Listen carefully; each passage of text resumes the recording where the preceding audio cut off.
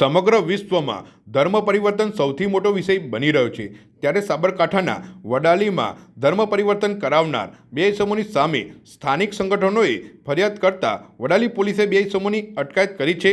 સાથોસાથ સાબરકાંઠાના પોશીના તાલુકાના બે યુવકોએ ધર્મ પરિવર્તન મામલે કેટલાય લોકોને જોડ્યા હોવાની વાત કરી છે। જો કે વડાલી જેવા નાના શહેરોમાં ધર્મ પરિવર્તન મામલે બે ઇસમોની અટકાયત કરતા સ્થાનિક કક્ષાએ પણ ખળભળાટ મચી જવા પામ્યો છે। વડાલી શહેરમાં બે લોકો ધર્મ પરિવર્તન કરાવવા લોકોને લાલચ અપાઈ રહીની જાણ થતાં વડાલી પોલીસે બંને ઇસમોની અટકાયત કરતા વિશ્વ હિન્દુ પરિષદ બજરંગ દળના કાર્યકરોએ જાણવા જોગ ફરિયાદ આપી હતી। વડાલી પોલીસ મથકે બંને ઇસમો સામે 20 થી 25,000 આપી ધર્મ પરિવર્તન કરાવતા હોવાની લેખિત રજૂઆત બાદ બંને ઇસમો સામે કાયદેસરની કાર્યવાહી હાથ ધરી હતી।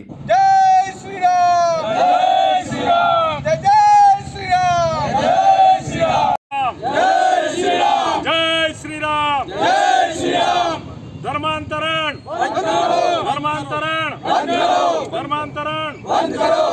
आज लगभग बपोरे 12 वाग्याना समयगाळानी अंदर मारी गाड़ीने पंचर पड्युं हतुं। ए समये हूँ पंचर कढावतो हतो। ते समय दरमियान बे व्यक्तिने समजावता हता, भाई तमे अमारा धर्ममां आवो तो अमुक तमारी बीमारीओ छे मटी जाय, ए अमुक लालच वालता था, पैसा आपशो ना ते बधुं करता था।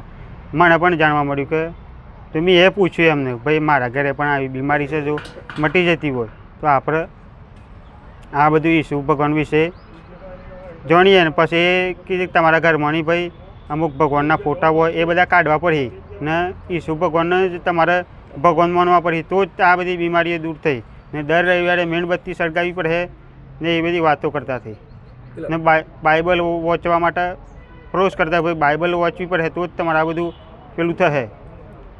पैसानी बात आवे छे, કેટલાની વાત? पैसा 20,000 स्टार्टिंग में मळे एम कहता था 20,000 पहला। जो पछी तमने सारूँ थाय तो पछी आगळ आपणे तमे ईसाई बनो ए वखत बीजा पैसा तमने मळे।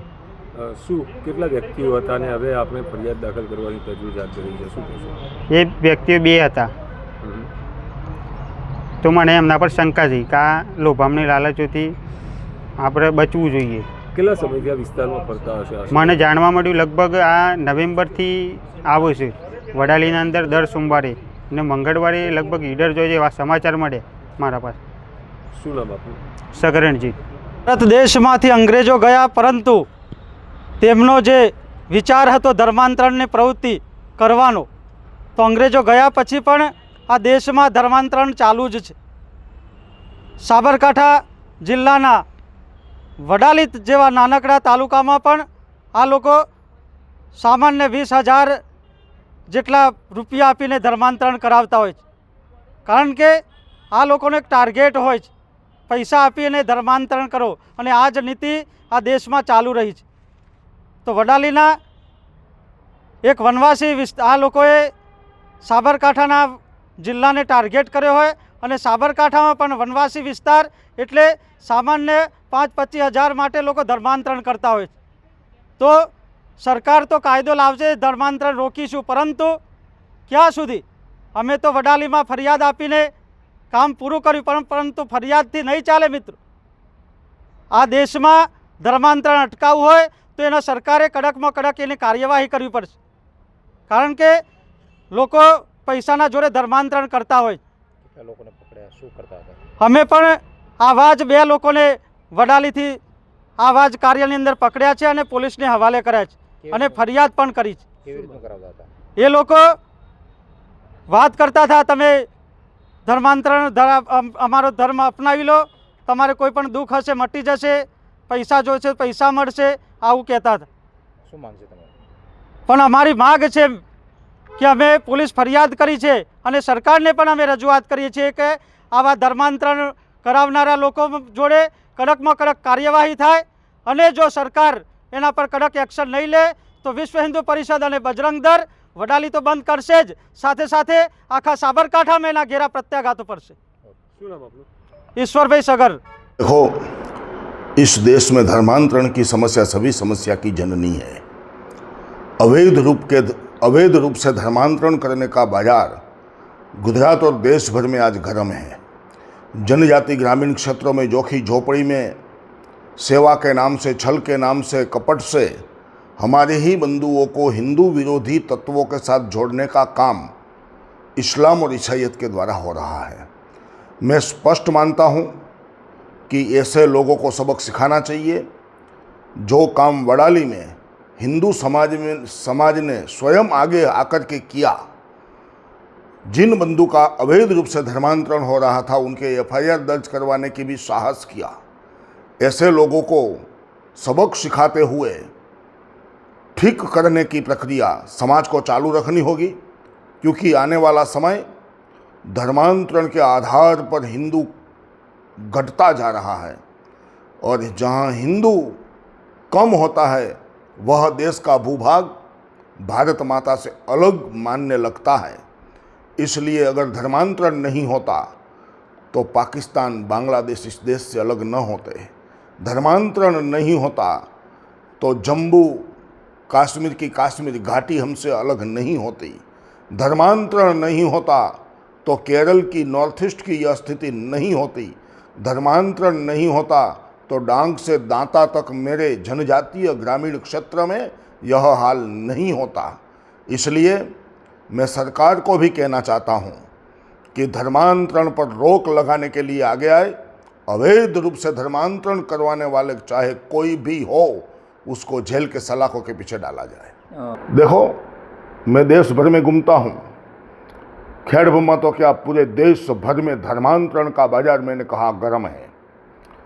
खेड़भम्मा में आज जगह जगह पर छोटे चर्च बनाते हुए समाज को गुमराह किया जा रहा है। जो जनजाति ग्रामीण बंधु सच्चा पक्का सनातनी हिंदू है, भारत माता का भक्त है, उनको हिंदू समाज के अलग करने की एक बहुत बड़ी साजिश गुजरात और देश के अंदर शुरू है।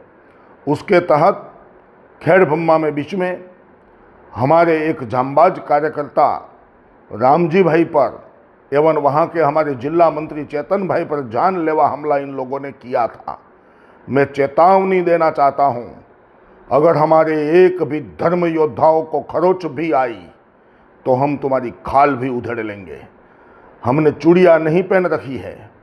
धर्मांतरण करने वालों को धक्के मार मार के बाहर निकालने के लिए भी हम आगे आएंगे। विश्व हिंदू परिषद कल भी धर्मांतरण के खिलाफ लड़ती थी, आज भी लड़ने को तैयार है। कल भी धर्मांतरण के खिलाफ विश्व हिंदू परिषद लड़ करके समाज को मृत्युंजय हिंदू समाज बनाने का प्रयत्न जारी रखेगी। मोरारी बापू की जो कथा शुरू है, मैं सराहना करता हूँ। मैं तो इतना कहता हूँ, केवल बयान देने से नहीं चलता। धर्मांतरण रोकने की एक लंबी प्रक्रिया है। विश्व हिंदू परिषद ने गत 10 साल में 10,22,000 लोगों को वापस अपने स्वधर्म में लाने का काम किया है। भगवान श्री कृष्ण ने गीता में कहा, स्वधर्म निधनम श्रेय परधर्मो भयावह। इसी भाव को व्यक्त करने का काम किया। 85 लाख लोगों को जाते हुए रोका है। आने वाले समय में मैं गुजरात सरकार एवं केंद्र सरकार को कहना चाहता हूं, लोकसभा और विधानसभा में नए एनवायरनमेंट के साथ बिल पारित हो। लव जिहाद करने वालों को, अवैध रूप से धर्मांतरण करने वालों को जेल के सलाखों के पीछे डाला जाए।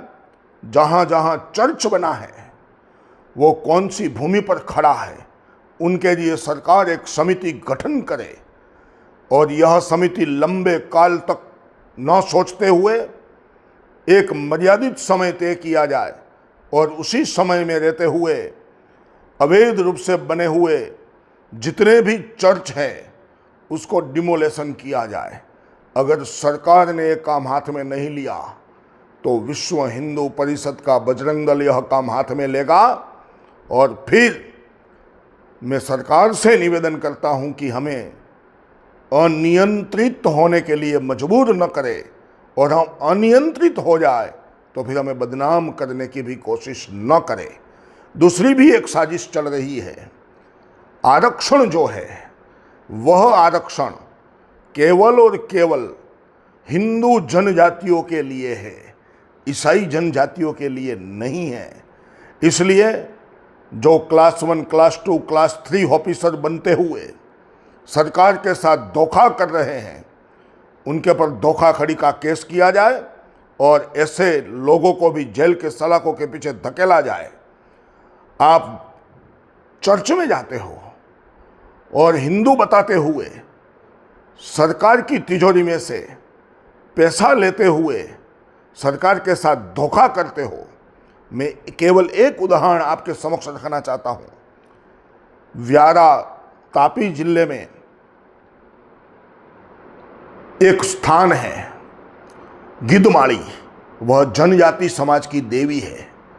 उस स्थान पर इन लोगों ने अवैध रूप से चर्च बना दिया। गुजरात सरकार ने वह तोड़ने का आदेश जारी किया।